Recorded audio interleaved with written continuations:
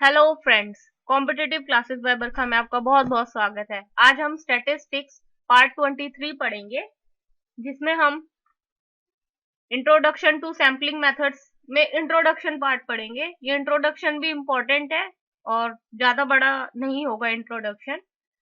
अगर आपको इसके नोट्स चाहिए तो आप बरखा.net पे जाके ले सकते हैं। तो शुरू करते हैं। सैम्पलिंग मेथड, एक बात और बता दूं मैं कि ये जो सैम्पलिंग मेथड्स है इसमें से भी क्वेश्चंस आते हैं आपके पेपर में। प्रीवियस एग्जाम्स में सैम्पलिंग मेथड्स में से क्वेश्चंस देखे गए हैं। ये भी एक इम्पॉर्टेंट पार्ट है आपके कोर्स का। तो स्टार्ट करते हैं। Sampling is very often used in our daily life. जैसे सैम्पलिंग तो यूज होता है हमारे डेली लाइफ में भी। आप देखते होंगे आपकी मदर जब चावल लेने जाती हैं तो वो उसमें से बैग में से उठा के देखती हैं, वो चावल बोलता है कि ये बनास्पति है, ये है, ये टोटा है, जो भी नाम होता है उसको वो बोलते हैं। तो वो मदर उसमें से उठा के देखती हैं कि कौन सा चावल अच्छा है, और फिर उस एक छोटे से सैंपल से उस पूरी कॉमोडिटी का आइडिया ले लेती हैं और सैम्पलिंग मेथड का यूज कर लेती हैं। ऐसी डॉक्टर है, वो जब हमारे ब्लड का कुछ पार्ट लेके उसको एग्जामिन कर लेता है, हमारे पूरे बॉडी के ब्लड का एग्जामिनेशन वो सिर्फ एक ब्लड सैंपल से ले लेता है। तो इसमें सैम्पलिंग मेथड यूज होता है और अपने कंक्लूजन पे वो उस सैंपल के थ्रू आ जाता है। Thus most of our investigation are based on samples। जो हमारे ज्यादातर इन्वेस्टिगेशंस होती हैं वो सैंपल के ऊपर बेस्ड है। और इस चैप्टर में हम पढ़ेंगे importance of sampling, the various methods of sample selection from the population. Population में से पढ़ना है तो in an statistical inquiry all the items which fall within the purview of inquiry are known as population और universe. देखिए, population statistical inquiry में किसको बोला जाता है? पॉपुलेशन बोला जाता है उन सारी आइटम्स को जो कि उस इंक्वायरी के अंदर आती है। और अलग शब्दों में बोले इसको, population is a complete set of all possible observation of the type which is to be investigated. देखिए, सिंपल वर्ड्स में बोला जाए तो पॉपुलेशन क्या होता है? वो एक कंप्लीट सेट होता है उन सारी पॉसिबल ऑब्जर्वेशन का, उस टाइप की जो कि इन्वेस्टिगेशन का पार्ट होगी या जिसका इन्वेस्टिगेशन करनी है। Total number of students studying in a school और college, total number of books in a library, total number of houses in a village or town are some examples of population। देखिए, population के ये examples दिए गए हैं, जैसे कि school में पढ़ने वाले सारे बच्चे या कॉलेज में पढ़ने वाले सारे बच्चे, या फिर लाइब्रेरी में बुक्स रखी हुई हैं, या फिर number of houses in a village, एक गांव में कितने हाउसेज हैं सारे पॉपुलेशन का हिस्सा बन जाते हैं, या फिर टाउन में जितने घर हैं वो पॉपुलेशन का हिस्सा बन जाते हैं। ये उस पर डिपेंड करता है कि आपको किस चीज का इन्वेस्टिगेशन करना है। Sometimes it is possible and practical to examine every person or item in the population we wish to describe. देखिए, ये बहुत इंपॉर्टेंट बात है और इसको याद कर लीजिए कि ये सेंसस के बारे में बोल रहे हैं। जब हम स्कूल में क्लास में जैसे एक एक बच्चे के मार्क्स लगाए जाते हैं, क्लास है, मैं क्लास का एग्जांपल दे रही हूँ, इजी एग्जांपल है। क्लास है 5th क्लास, उसमें जो रिजल्ट आया है, एक एक बच्चे का रिजल्ट निकाला जाता है, उसमें एक भी बच्चा नहीं छोड़ा जाता रिजल्ट निकालने से। नेक्स्ट क्लास में तभी प्रमोट किया जाता है जब रिजल्ट आ जाता है, और रिजल्ट पॉजिटिव होता है, मतलब जितने परसेंट मार्क्स चाहिए होते हैं, 33% या 33% प्लस में मार्क्स चाहिए होते हैं। स्कूल्स के अपना अपना क्राइटेरिया होता है, तो उस हिसाब से वो उसका एग्जामिन करते हैं हर एक बच्चे का। तो जब हर एक एंटिटी का एग्जामिनेशन हो रहा होता है तो उसको सेंसस बोलते हैं। ये वर्ड आपके सामने बार बार आएगा।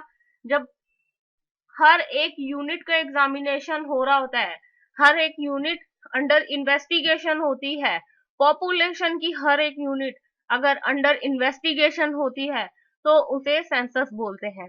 We use sampling when it is not possible to measure every item in the population. देखिए, अब चावल का एग्जाम्पल था, या इससे मोर अप्रोप्रिएट एग्जाम्पल है ब्लड का। अगर ब्लड का इन्वेस्टिगेशन करना है डॉक्टर ने, तो पूरा ब्लड तो नहीं निकाल सकता ना बॉडी में से, तो उस केस में क्या करे डॉक्टर? उस केस में सैम्पलिंग मेथड यूज करेगा। जब ये पॉसिबल ही नहीं होता कि हर एक एंटिटी का, पॉपुलेशन में जितनी एंटिटी है उन सब का आप इन्वेस्टिगेशन कर सके, तो इस केस में क्या होता है? सैम्पलिंग मेथड यूज होता है। statisticians use the word population to refer not only to people but to all items that have been chosen for study। देखिए, स्टडी करनी है तो स्टैटिस्टिशियंस ने क्या किया, जो पॉपुलेशन वर्ड जो यूज किया है ये सिर्फ पीपल को, लोगों को ही रेफर नहीं करता है, लेकिन जितनी भी चीजें उनकी स्टडी में आती है, उनकी इन्वेस्टिगेशन में आती है, जिनको उन्होंने चूज किया होता है स्टडी करने के लिए या इन्वेस्टिगेशन करने के लिए, वो सारी चीजें भी आपका सैम्पलिंग में ही आती है। उसको पॉपुलेशन वो कहते हैं। कोई भी चीज होगी वो पॉपुलेशन ही बोलेंगे, वो उस चीज को पॉपुलेशन ही बोलेंगे। कोई भी चीज होगी, सिर्फ लोग ही नहीं, कोई भी चीज, कुछ भी उन्होंने चूज किया है उसको वो पॉपुलेशन ही बोलते हैं। अब finite population and infinite population. A population is said to be finite if it consists of finite number of units। देखिए, finite number of units होंगी जिनको हम गिन सकते हैं तो वो finite population में आ जाएगी। Number of workers in a factory, अब आप एक फैक्ट्री में देखें तो जितने लोग काम कर रहे हैं, वर्कर्स हैं, उनको आप काउंट कर सकते हैं ना, तो वो फाइनाइट पॉपुलेशन में आ जाएगी। Production of an article in a particular day for a company, अगर एक कंपनी एक पर्टिकुलर डे में प्रोडक्शन कर रही है तो वो कितनी यूनिट उसने प्रोड्यूस किया, वो भी फाइनाइट पॉपुलेशन में आ जाएगी। अब यूनिट प्रोड्यूस किया तो पॉपुलेशन में क्यों ले रहे हैं? क्योंकि स्टैटिस्टिशियन ने क्या करा था, उन्होंने करा कि सिर्फ पीपल ही नहीं, सिर्फ लोग ही नहीं, जब बल्कि कोई भी आर्टिकल, कोई भी यूनिट आर्टिकल, कोई भी हो वो, लिविंग और नॉन लिविंग, वो पॉपुलेशन का ही पार्ट रहेगी।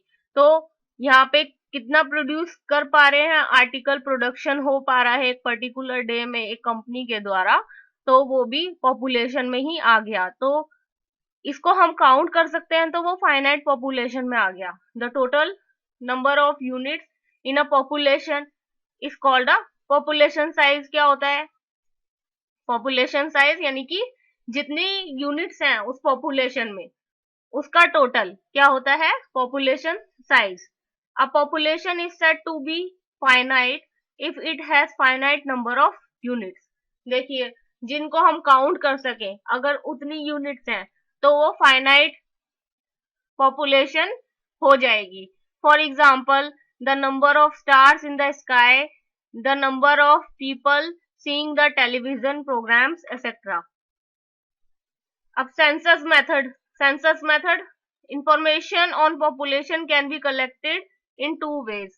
अब इंफॉर्मेशन 2 तरीके से कलेक्ट की जा सकती है, या तो सेंसस मेथड से कलेक्ट कर लो या सैंपल मेथड से।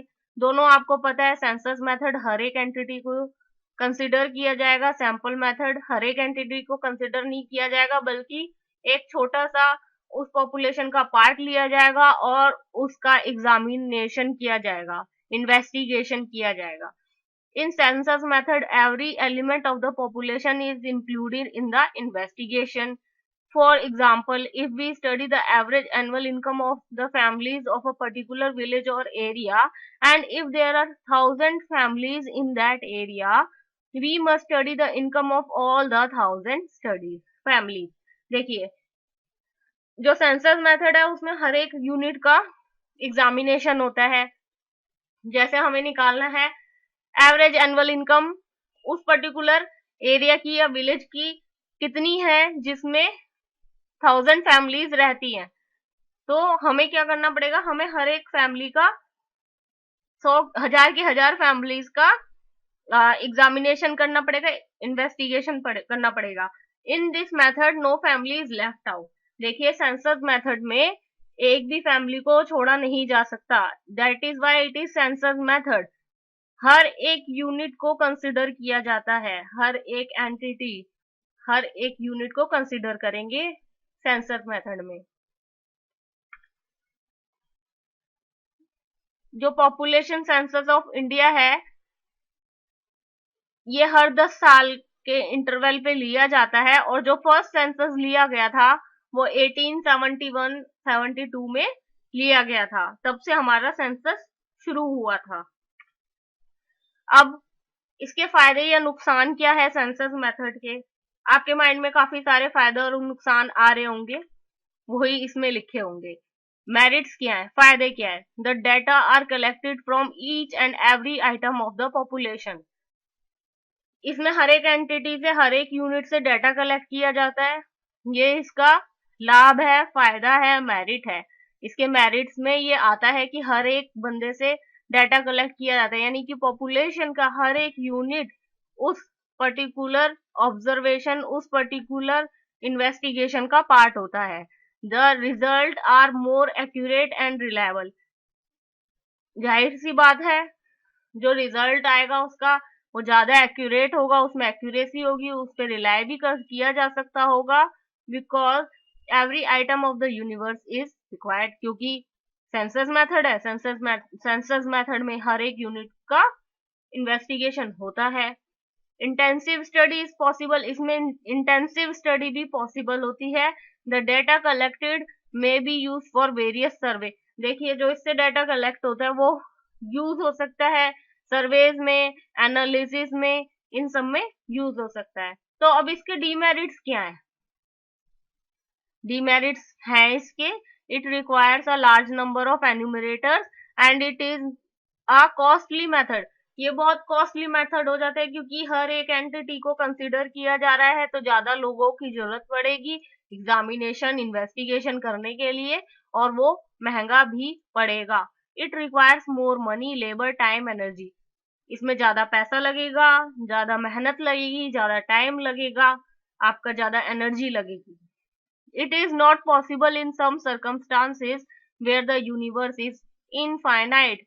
ये सबसे बड़ा ड्रॉबैक है सेंसस मेथड। किस कंडीशन में हो ही नहीं सकता है, ये पॉसिबल नहीं है। किसी किसी सर्कमस्टांसेस में ये तो पॉसिबल है ही नहीं, जहां पे यूनिवर्स इनफाइनाइट हो, मतलब आप हर एक एंटिटी का इन्वेस्टिगेशन ना कर सकते हो, उसमें सेंसस मेथड एक डीमेरिट की तरह आ जाता है।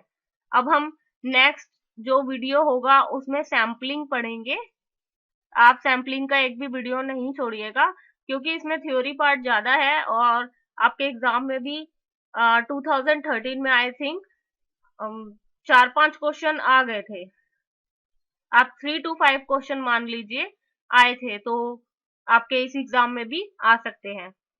We will discuss sampling in part 24।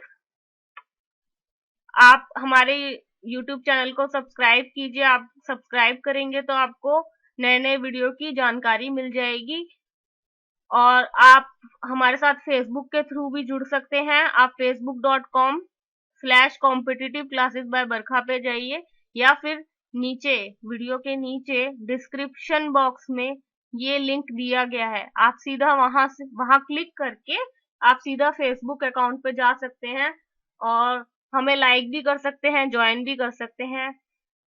Your success is our aim. Thanks for watching this video. Bye.